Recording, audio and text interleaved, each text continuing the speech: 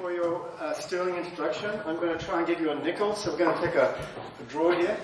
And here it goes. There's lots of spinning here. You can't see it at the moment. Maybe you can show it later. You're going to get that nickel. Okay. You're unlucky. You're so unlucky. Oh, no, wait a minute. You got a nickel. Okay. Professor Haji Stavropoulos just got a nickel in the slot machine game, and I was rewarding him for his wonderful introduction. Okay, so let's keep going. I'm going to take a little second to mic up here, but I'm really excited to be here, and it's great to see you here. And I'm guessing that some of you are even as old as I am. So, and welcome especially. You know, I mean, if you remember who Led Zeppelin was, great. Okay, so or Elvis or anything else for that matter. Apparently I don't know how to mic myself up. I did this before, but now I'm talking to you while I'm doing it. It seems like I can't do two things at once. Kind of like Gerald Ford with the chewing gum, if you remember. Sorry if you're a Ford fan. Okay, so you can read the title. Basically, I'm looking at the search for meaning. And I'm going to start off with a little personal statement. I want to say I don't make this talk political. And I'm going to treat dementia as a problem with the brain, basically things breaking in the brain, and treat it very much from an engineering point of view of like how do we fix this problem. And so I don't want to get into politics, policy, anything else, because this is a very touchy area, and a lot of people have a lot of feelings, if they have loved ones with dementia, or if they're concerned about their own cognitive state. And all I'm trying to do is help the situation. So my sister had a lot of antipsychotic drugs over the years. She had a serious mental health problem. So I've always seen the downside of antipsychotic drugs and felt that they're not a good solution for controlling behavior in the elderly, and they weren't designed and really researched in order to be used in the applications in which we find them now, where a large percentage of people in long-term care in North America are in fact getting antipsychotic drugs fairly regularly. My father, I found out about a year ago from one of my sisters, actually had dementia when he died at the age of 84. That was about 15 years ago. I had no idea it was back in New Zealand. I thought he was kind of depressed or strange, but apparently he had dementia. So it's in the family.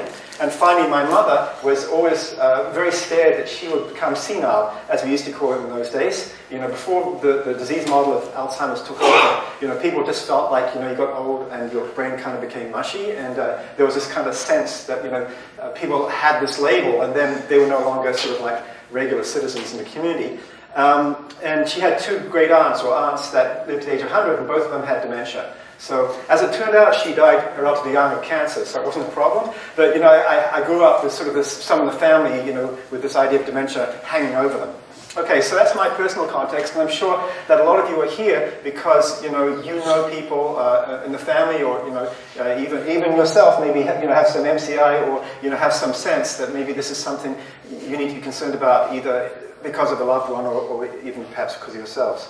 And I'll admit that I don't have the best memory sometimes. I turned 60 last year, and so I can certainly see this thing coming down me with a family history. Okay. Now, I should say, however, the best research seems to suggest that it's as much lifestyle factors as it is in genetic, and that the genetics of Alzheimer's disease, at least, is relatively a small component of the whole syndrome. Okay, so I've got a couple of motivating questions. The first is, what does good quality of life look like for a person with dementia, and how can it be achieved? So I'm starting off with the assumption that dementia is not some kind of terrible thing that excuses us from being regular members of the community, and that makes us put into some other category where we no longer care about how the person is feeling and how much they're enjoying themselves, but is in fact another state of being that requires its own definition of wellness and its own definition of quality of life. And the second motivating question is, what kinds of activities should people with dementia be carrying out? Because at the moment, if you go into long-term care, certainly, and go to a locked ward and see people with advanced dementia, there's not much for them to do. There's very little programming. They're waiting for the next meal. They're given no tasks. It's very hard to see what purpose they have. And even, you or I, people who don't have any particular problems, with dementia, if they were put in that context, and locked up in an institution with no purpose, maybe they can't read anymore, no entertainment, nobody waiting for anything on their behalf or expecting anything of them, I think we would all tend to decline and not do too well in those circumstances. So that's the motivation here, to look at what is quality of life for people with dementia, and to look at how we can create a meaningful activity. Okay, so cognitive aging is something that happens to us all, and it's important to realize that there are some functions which decline with age, and some which don't. So the functions that decline with age are generally referred to as fluid intelligence. They include the ability to learn, the sort of visual, spatial tasks, working memory. There are a lot of things that decline with age. But there are also things that stay pretty good. These are referred to as crystallized intelligence. Things like vocabulary, learning, knowing about events and things that have happened. And it's probably not surprising that when you look at who runs the world, it tends to be older people in their 50s, 60s, or sometimes even higher. And they have younger people helping them out with the details, but they're managing their overall policy. Now, I'm not saying that having an old person running the shop always works out well, because I think sometimes it doesn't, in particular cases, but still, there's this general pattern. Okay, I should use the clicker. I was given the clicker, and yeah, there we go. Okay, so as we get older, we get more cognitive impairment. Now, not everyone gets cognitively impaired at every age, but the incidence rate increases, both for mild cognitive impairment and also for dementia. Now, there's reason to hope that this will change in the future. Already, even though the total number of dementia cases are going up, the rates appear to be going down somewhat. So we may, in fact, have a brighter future, and especially since we're taking more care of ourselves than we used to. And if we avoid things like traumatic brain injuries and so on, we may remove some of the risk factors which are, in fact, creating problems with dementia. Other risk factors, diabetes, depression, and so on. If we can treat the underlying causes, we may be able to prevent, a number of cases. But that's outside. This is not a medical talk. This is a talk about, managing behavior and creating quality of life as an experience.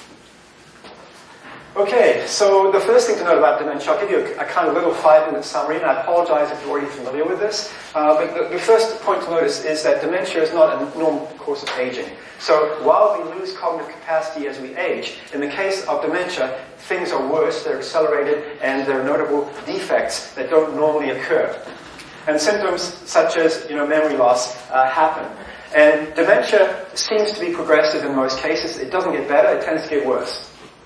And there's a progression.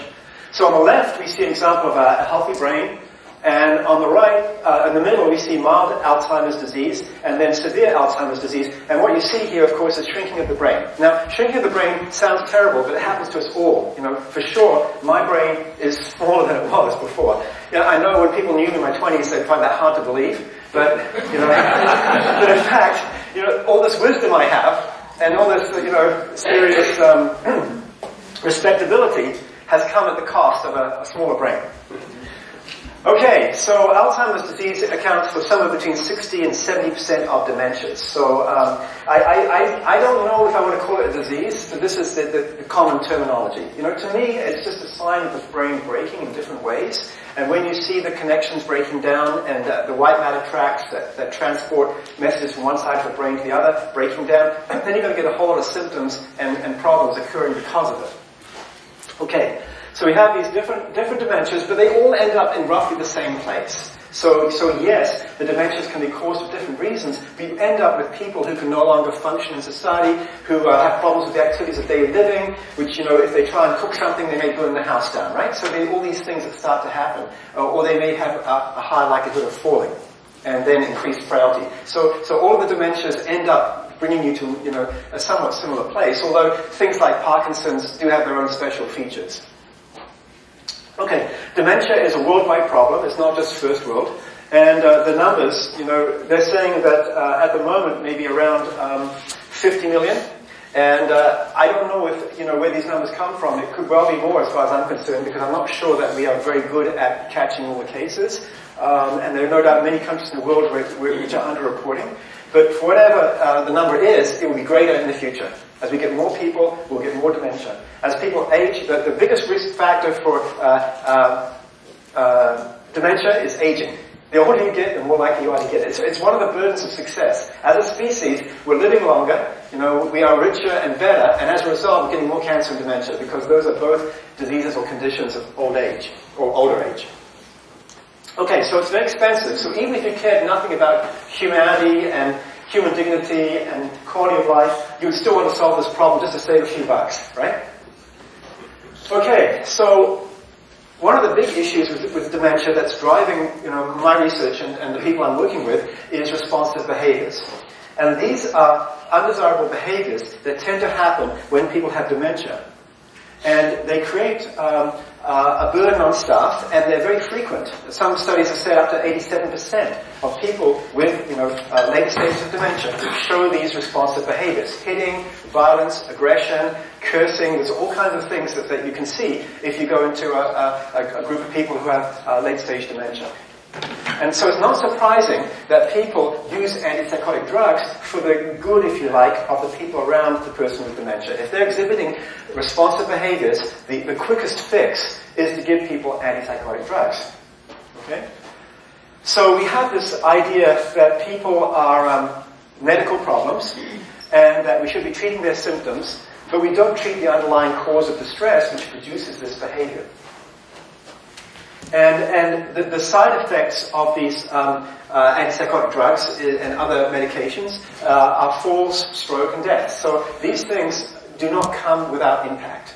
And there's been a lot of interest in the last few years in trying to reduce these antipsychotic medications. Apart from the drug companies, nobody's going, we should have more antipsychotics, right? Nobody's like boosting them. It's just, it seems like the only way to manage a difficult situation. Okay, so if you go on, I don't know how many of you, live with someone who's with dementia or spend some time in long-term care homes, as I've done the last couple of years, interacting with people with dementia. But there's, some homes are better than others, but there is generally a sense of hopelessness, no matter how good the staff are, and many of them are very highly motivated and caring people.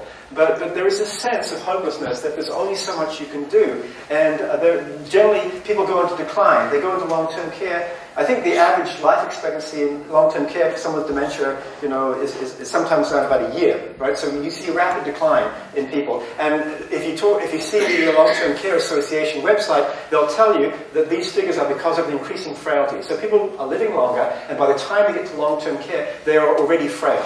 So that's the argument why you see this decline. But I can't help thinking that if we gave people more meaning to stay alive, more reason to stay alive, that we would see, better survival rates and longer lives. Now, there's a whole issue, of course, about, can society afford to be looking after people, in extended periods of time where they can no longer look after themselves. But I hope we haven't yet reached the stage where we have such a hard-headed view of, human life and what it means to be successful as a society.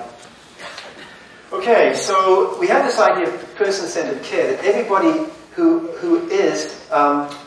has dementia is still a person who still has not the responsibilities but the rights of a person, and who needs care that corresponds to who they are and their own characteristics.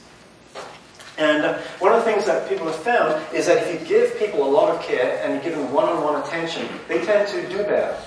And this shouldn't be surprising. You see more engagement, more positive effect, and fewer responsive behaviors. So, if we could assign one person to everybody with dementia, and they could look after that person the whole time, all the time, they would probably show fewer responsive behaviors, and they might have better quality of life. But can you imagine how much effort that would take? And it would be totally draining. And I'm not even sure we'd have the number of people, even if we pulled everybody back off the front line, or we did it and stopped having post people or mail deliverers or whatever it is, right? So, if we can't get people continuously looking after, people with dementia, can we develop technologies and design technologies that can at least make things a little better? And that's the goal here. So we want to reduce the frontline caregiver stress, which is, if you go to long-term care homes, talk to people, you'll find they're under a lot of stress, and it's a difficult job they're dealing with, and they really want to do better, but they don't necessarily have the tools that they need. And we want to replace these disturbing behaviors and purposelessness with active and meaningful activities. Things that people can get involved with and give them a sense of meaning in their lives. And we think there should be both physical and cognitive stimulation. So you have to take care of the whole person. And one of the things you'll notice if you're in long-term care for any length of time is that there's not much physical exercise. That people, and as you know, muscles waste without exercise. So the best recipe for frailty is to put people in a situation where they cannot exercise, or there is no motivation for themselves to exercise. And one of the unfortunate things about dementia is that it really goes after two parts of the brain. It goes after the hippocampus, the memory system, and it also goes after the frontal cortex, which is where we have working memory, but where we also have motivation. So the part of the brain that says, okay, I've got to do my exercise now, right? Get up in the morning and do exercises. That's the frontal cortex driving you. And if you don't have that, then people tend to be lethargic. And, even if they would like to do an activity, they won't necessarily self-initiate.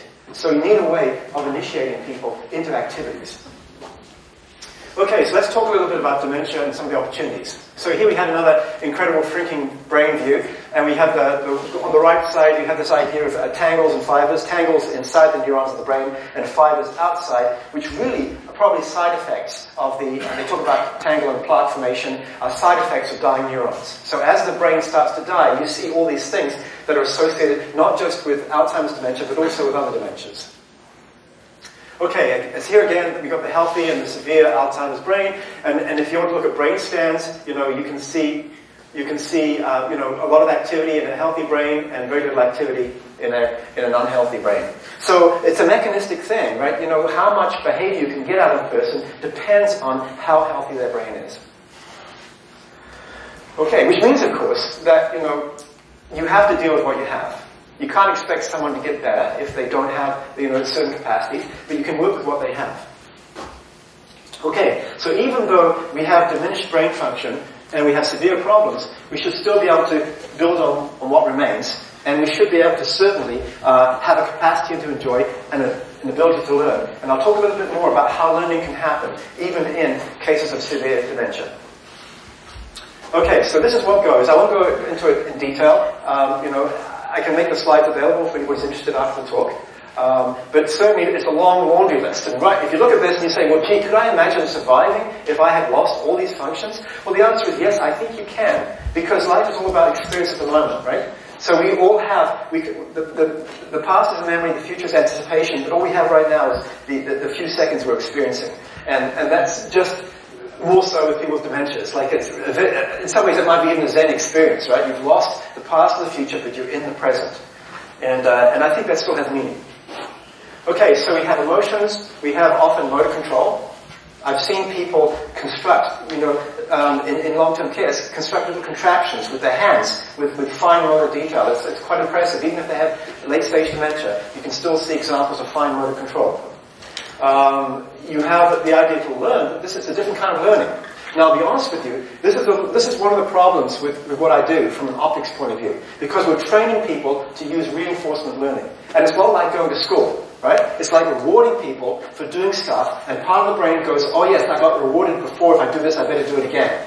Okay, that's the part of the brain that works. And, they use it to train, other species, right? And that maybe makes people feel uncomfortable, but you have to work with what you've got. And so I make no apologies for saying that reinforcement learning is the way to go if you want to try and keep activities of daily living, and keep things like, toilet training functions and so on, going as long as you can.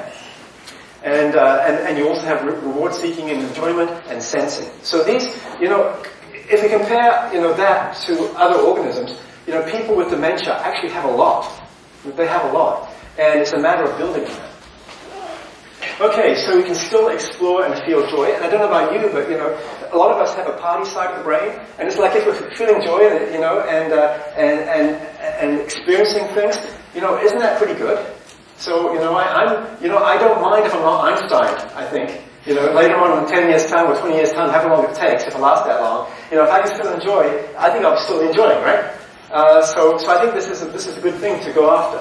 Now, people use music for enjoyment, but it is not really training people, and it's not a task. So you can get it, but it's not going to be the whole story. And that's why things like, if you've seen the film Alive Inside, it's very inspiring, but I don't think it can be the whole story. The music therapy won't go all the way. You can also use things like Montessori. And the principle here is as people get older and they lose functions, they regress back to an earlier stage. And you can learn a lot by looking at how children work when they're at the sensory motor level and transfer that to how people with dementia work when they're returning to the sensory motor level. So Montessori techniques can be very engaging for people with dementia. Here's some more examples. But what we want to do is create like really good 24/7, always available, always on activities in the environment that a person can always be using to create purpose, to meaning, and to generate enjoyment. So that's what we're looking for. Some kind of design that can do that. And what we want to see as outcomes are to reduce antipsychotic drugs, to improve well-being, create engagement, and retain functions, if at all possible, that would otherwise be lost. Okay, so obviously I'm greedy here. As a researcher, if I was selling snake oil and saying, I want to basically solve the problem of dementia, maybe I'm not that far behind that person, but it's a goal, right? It's a goal, and you go as far as you can with it. Okay, so here's the team for one of the technologies we're using called Ambient activities. Jenna over here is no longer in the team. She went off and got a job at Shopify, so I'll scratch her out. And this lady runs the home. She's a very enthusiastic supporter. We have a home in Dunnville, Ontario called Grandview Lodge, and this is where we pilot all our research. It's a wonderful place, and I'd really like to do a shout out for Judy O'Neill, who's a therapeutic recreationist. Mark Canuck, he's the head of Ambient Activity Technologies, which is a company which builds the main devices. This stuff here, made out of laser-cut plywood, obviously is from my lab, okay? So the real stuff that he does, it looks beautiful. And long-term care homes are very interested in it. Okay, and this is Thomas, the genius mechanical engineer who designs all the stuff. Some of you in the room can see this. So he designed the coin dispenser mechanism, and he designed the lever that works. And then I have another person, Henri, not shown here, who does the buttons. So I have a wonderful team. And this is, I won't go over it now because it'll take too long, but there's a kind of a process you go through if you want to develop a solution based on reinforcement learning. And that's it. And again, you can see the slides later. I'm just going to keep going. Okay, so we identify the problem. I'm going to keep going. We know it's responsive behaviors. It's a big issue. You can read the slide later to see the numbers. And the idea here is that there's an unmet need, and therefore we need to uncover the unmet need. And but you know what? You don't have to know what the need is if you can distract the person and give them an engaging alternative to the behavior that's causing the problem, which is really our strategy.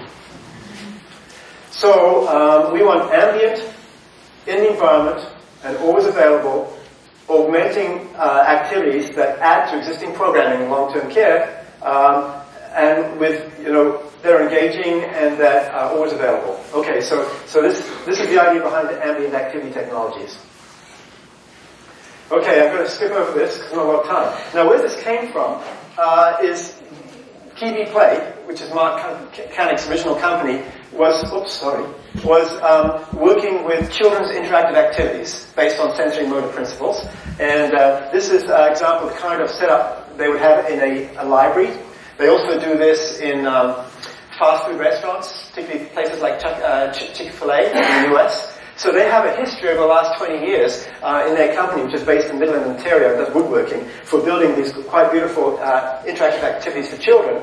And a few years ago, they were asked by a long-term care company to start building interactive activities for people with dementia. And this is where this research came from.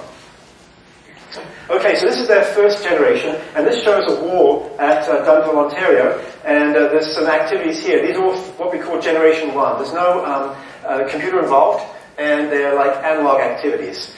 And here's a gentleman using a color sorting task, and this is actually one of the most popular tasks. This is a gentleman with early onset Alzheimer's.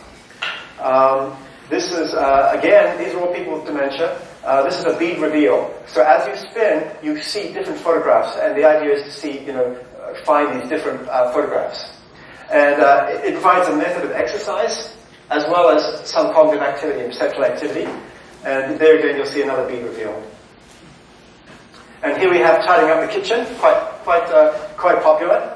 And I don't know, these are kind of like almost like somewhere between art, furniture, and an interactive activity. They're quite beautiful.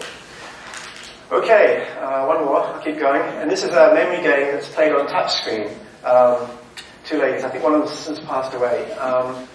Okay, so then we wanted to do a second generation. That stuff is nice, but it is not really compelling enough. It doesn't use technology that we had available to us. So how can we take the next step?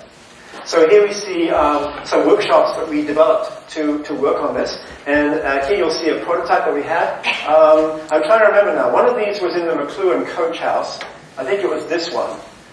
So if you know the Marshall McLuhan, he used to have his coach house, and we actually had an evening workshop there where we had a lot of people with family members with Alzheimer's, and we explored the issue of how should this look. This one here is another workshop. I want to say this is actually, this one's in the coach house. I recognize it. This one I'm not sure about. Let's keep going. Maybe that was both coach house. And here's some other workshops we had. This was in Midland, Ontario, I believe. And this one's also in Midland, Ontario. And here we see close to the latest version of the ambient activity. You see the screen, you see the sensory motor sort of wheel, you see the fur on the cat, if you pat it, you see cat videos. So there's a whole lot of little things in there which add up to an interesting experience for people, and it's all personalized. So they wear a kind of a badge or some kind of watch and a wearable, and they're identified, and then they see whatever's relevant to them. So it's all personalized. Okay, so I'm going to keep going. We've gone through a prototyping development phase. This is a gentleman who was using one of the prototypes in Dunnville, Ontario, and he was using it for maybe half an hour or so, just working with it. And I'm not sure, a woman came up to me, and it was either, it could have been wife, daughter, I couldn't tell, but she said this was the first time in 4 months he'd shown any interest in anything. So there are, good stories coming out of this. This is our team again, very proudly looking at a poster in my lab here. Anyway, I don't know how that one got in. Okay, so just more examples of our process, showing you, envisioning. This is the Risto, one of the people who works on the system, working with an early sort of like prototype mock-up to test the ergonomics and anthropometry associated with it. And then we have, all the way over to the final version over here. So it goes through iterative design. Okay, I'm worried that I'm almost out of time, right? But I got a lot of material, so I'm going to go fast. Okay, so here's what it looks like. I think it's quite beautiful. And we're going to keep going. Oops, no, not good. I'm going to play this for just a little bit, if you don't mind, because, oops, I can't see. That's my trouble. Give me just a second. Okay, there's a play button here. I don't know do we have any audio here? Oh my god. This is a disaster. Is this audio? No. One of the biggest challenges. Okay, so let's have to watch without audio. On operational standards. Take it to that? Great. When in fact we should. So this is a film that's been shot in a long-term care home with people with dementia. I believe they've been consented. Our objective is to they call it RTQ. It's a terrible name. If you can think of a better name, please let us know, right? And purposelessness This is Mark. with active and meaningful activity, distraction. She's a true believer in this. Much more so than I am. I'm a half believer. We're involved in an iterative design process with the University of Toronto. We're trialing different iterations of this product in long-term care facilities, and each time that we place R2 in a facility, we're able to glean a little bit more to incorporate back into further design. This is a former electrical engineer who was quite fascinated with the product. What we learned early is that life often stays with us to the later stages of dementia, and that's one of the premises of Montessori or dementia ability, is that you look for these abilities and try to engage residents at these different levels of ability throughout their life, right to the end stage.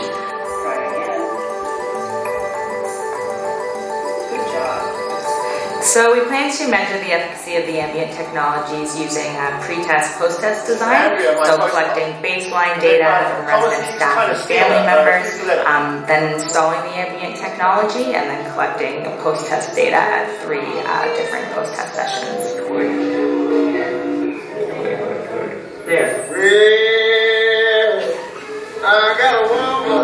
I think the reason that people are apathetic and not doing anything is because they have nothing to do. I think if we give them stimulating activities, then we're going to see them suddenly light up and find an interest in life. So it's a matter of making sure that the activities are meaningful to them, and then I think we're going to see a lot of engagement, just simply because the apathy comes from having nothing to do. Okay, so I'm going to stop there. It's a longer video, but again, I don't know, this belongs to the company, and I don't know if they want to release it for general release, but because they're working with a person who wants to make a documentary about this, so, this is just some raw footage that we kind of put together to give you an idea of the system. I'm going to keep going. Okay, so let's talk about some research. So we're also doing a research project, that can be used to generate journal papers, because you want to be able to prove that what you're doing is good. So that's the goal here. So we got some questions here, about reducing antipsychotic drugs, about creating meaningful engagement, and we have various kinds of questionnaires and instruments that we've developed or borrowed from other places to do this evaluation. And it's ongoing. We're currently in 6 Ontario homes, 3 in North Simcoe County and 3 in the GTA near Toronto. And we are just starting out this evaluation. We'll probably have the results in somewhere between 3 to 6 months' time. Okay, so the idea is you do pre-test and then post-test, and you look at what happens for residents themselves, but you also measure the impact on staff and on family. So we're trying to take a holistic view of this. And then you have a pre-test, a wait phase where you install the activities, and then a post-test. We're actually doing post-tests after 1, 2, and 3 months, so we're tracking this over time. Okay, the other project that I like personally, because it came out of my lab, I'm involved with the AHL National Center of Excellence. I want to give a shout out to them because they've been funding the research, and it's a really important national organization involved with about 100 researchers. It has about a $70 million budget over 5 years, $35 million from the government being matched by industry and other organizations. And one of the requirements is they want commercialization. So I can't just do stuff for the company, right? I have to build something in my lab and then say, oh my God, we've commercialized this. That's what's happened, right? That's the world we live in. So I'm developing this project called Centervise, and you can see some of the stuff there. And you'll notice the production values have gone down, okay? This has been cooked in the lab, and I hope you'll forgive me. So here's my team. The photo was like a shot from a professional photographer 3 or 4 years ago in computer science. So I apologize, I don't look like that handsome guy on the top left. But in one particular day with one particular set of lighting and maybe a little bit of touching up, I could do that. Okay. In the middle there is Andrea, my wonderful postdoc. She also has a Ph.D. in psychology. On the top right is the genius Farzad, who was actually, some of you heard his voice because he was helping me set up. He's in Copenhagen at the moment. He's about to finish his Ph.D. and then will be joining us in a month or so. And then we have Alexi from Edmonton on the lower left who helped us with the website for this. My brilliant PhD student, Tiffany. And then Thomas, who's got the strangest look. But he is, in spite of that photo, he is actually a clever guy. Okay, so I don't know, this is repetitive, but we're interested in both physical and cognitive activity. So there's more physical emphasis in this project than the ambient activity one. Going to keep going. So our objectives are to see if we can use rewards to motivate activity. I've said somewhere else I want people to be addicted to activity, and I think that's a good goal. And we're also interested in finding out the kinds of physical exercise. For instance, is a stepping, dancing game, where people move around, going to be feasible? And how many people can do it, and how many people will enjoy it? Okay, so this is just the argument that human declarative memory goes in dementia, but the non-declarative stuff is still there, intact, and available for us to use. That's why we do reward-based learning. Okay, so that's the argument. There's a physiological argument there. I'm just going to keep on going for now. I don't have time. Okay, so this is just, again, a different protocol for implementing a reward-based activity. And again, these slides will be available if you want to see them later. Okay, so our first prototype was from last year. We were in an AHL Pitch event, and so it was, I guess July is not that long ago now, think about it. We actually won a pitch event for this concept in Edmonton last February. So a year ago, in Edmonton, I went there. I was going to be one of the judges, and at the last minute they said to me, instead of being a judge, we need another team. Can you organize a team? So I organized a team. I got 3, 4 brilliant students working with me, and we cooked up an idea, which was Centervise, and different name. And we won the competition. So I was like, great.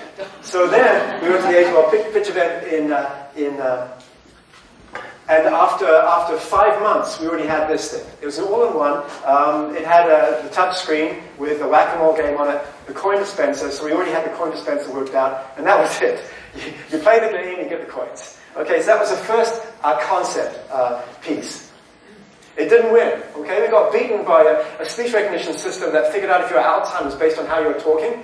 And second place was stolen by Professor H and his colleague Babak, looking at automated pain assessment in dementia, okay? So, I don't know why. These judges had rocks in their head, right? But anyway, we didn't even come third. It was like, thank you, Mark, for showing up. Next time, don't darken our doorway. Anyway, this is the website. I won't show it to you for now, but the idea is we have a whole system, including a website where family and staff can track the performance of somebody. One of the problems right now is nobody cares, right? You don't really track someone with dementia. It's like, how many bowel movements did you have? And how much drugs do you need to have? But they're not really tracking, are you doing very well, right? So we want to bring back this idea of tracking, performance, making sure what's happening.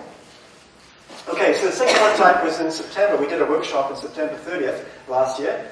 And we added the handle. So now we have this exercise handle and the same first unit. And it was a step forward. Okay. And we got a lot of user feedback. We do these workshops to try and get feedback. And we also go into homes every now and then with equipment to see how things are going. And every time you find there's a problem, right? But that's how you make things better. Okay, so now we have a new prototype. And this is a wonderful rendering, the space age technology. Okay, it doesn't look like that. It looks beautiful here, right? Creamy, lovely. Trevor Thomas, really good rendering. Okay. And this is how the coin dispenser was meant to look. Now what happened was that because Kiwi was too busy with production, instead of looking like this, which is a Kiwi box, we had this, which makes your lab smell like a Boy Scout campfire the next morning, okay? If you've ever had that smell. You've got it right now and you can smell it if you want to afterwards. Okay, so that's the rendering. Now this is prototyping, and this is our response buttons. So what we have here, you can't see them very well, I'll show you better, is we have these 3 response buttons where they each have a screen on them, and you hit them all on the screen, so it's more tactile. So again, we're trying to make things more tactile. And this is our technology for IDing the person. I got the watches here, and I can show it to you, but there won't be enough time. And this is a painting game that we have. Again, I won't show you, it's got a few bugs in it. But this was developed by a wonderful master student from Osaka University in Japan, who joined us for a couple of months last summer and built an application. It was great. Keep going. Okay, so I got some more feedback. I'll leave that for later. You can look at it later. And this is what we're planning to do. We're going to develop our own activity tracking because we're not happy with what's out there at the moment. We want to improve exercise using lower body activity, and we're looking at the idea of a Dance Dance Revolution type game, appropriately redesigned for people with dementia, obviously. And then using more effective lights and sounds, getting that casino feel going for our slot machine game. We have explored the idea of actually getting people to pay. So right now, we put the nickels in ourselves, and then they pull them out, and then they can put them back in. But, there are different ways to monetize, right? Okay, apparently it's a big problem in Japan because they have pachinko, right? Which is an addictive game in Japan. And they're putting pachinko into old people's community centers and just ripping off their inheritance or their savings. So it became banned. In certain cities in Japan, it became banned. So, people like to gamble, apparently. Older people, and even people with dementia, kind of enjoy this stuff sometimes. So there's a future for Casino Rama, I can tell you. Okay, so one of the things we did was instead of having a big box, we created a modular design. So all these things are wireless. We're plugging them in to get a source of power, but they all communicate with each other wirelessly. They have an onboard computer costing $35 in each of them. This whole thing probably costs about $400 materials with labor, marketing. I suspect, we can sell this kind of unit and maybe one more module in it for about under $1,000 somewhere. So I think, if it works, then, it's affordable. Okay, so we currently have three pieces. We have the coin dispenser, we have the arm strengthening lever, we have the tactile screen bank, and we have the bring your own screen, which in my case is the laptop. So this laptop here, which Scott has kindly donated to us. And I'm going to show a video first, Scott, so it's okay.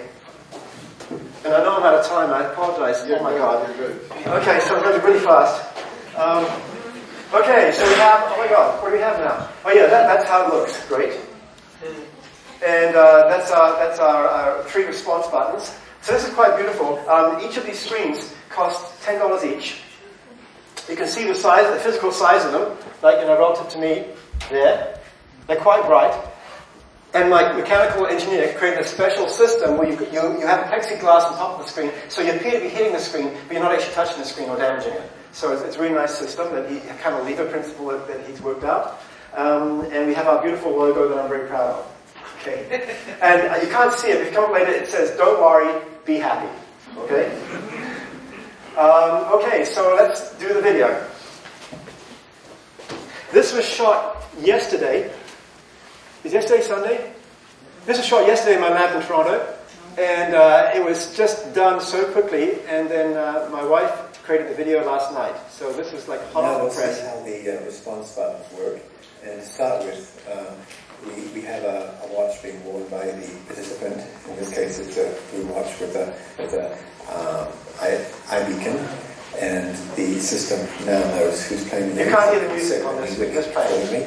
And also the level of difficulty. And each of the 3 screens in this case acts like a button. So the coins got dropped based on hitting the whack-a-mole when they appear. So in this case, you'll see we hit the left button, and a coin comes out of the coin dispenser. Because sometimes it comes out too far. Correctly. We need to fix that. We get another coin when we hit the middle button, when the mole pops out.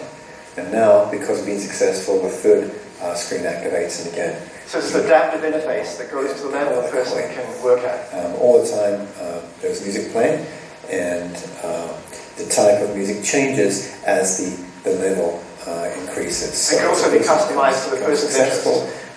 More screens become active, more features occur, and the music changes. All the music, of course, is personalized to the interests of the person.